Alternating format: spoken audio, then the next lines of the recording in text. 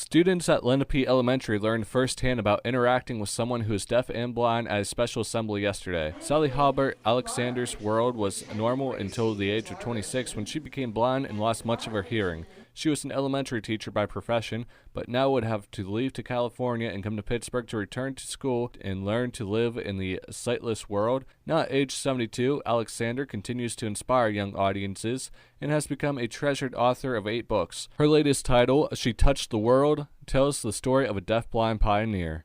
Years before Helen Keller drew attention to the need for education of the blind and deaf, Laura Bridgman was touching her own world in the mid-1800s. Bridgman, who was blind, deaf, non-speaking, and had no sense of taste or smell, found a way to become educated and lead a movement so strong that she was a modern-day icon for overcoming adversity in one's life. Alexander said Bridgman's influence later inspired hope in Helen Keller's mother. So she met Charles Dickens, and he wrote about her because she was one of the most fascinating things he found in the United States.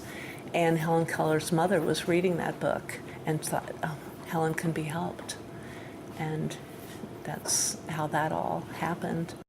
With the aid of her German Shepherd companion dog, Dave, Alexander made her way to the podium and addressed students at Lenape Elementary, not to just talk about a blind person living in a sighted world, but to encourage them to excel regardless of the setbacks of life. You can't go through something like that without an enormous, reevaluation of self, and it's not a small thing in any way. But saying all that, I just learned, changed me in all kinds of ways, and I always say it improved me. My life is definitely harder as a disabled person, but it's richer. It's a better life. Alexander said she identified very intimately with Laura Bridgman, and it is reflected throughout her book. I had always admired her. I was then considering myself deafblind.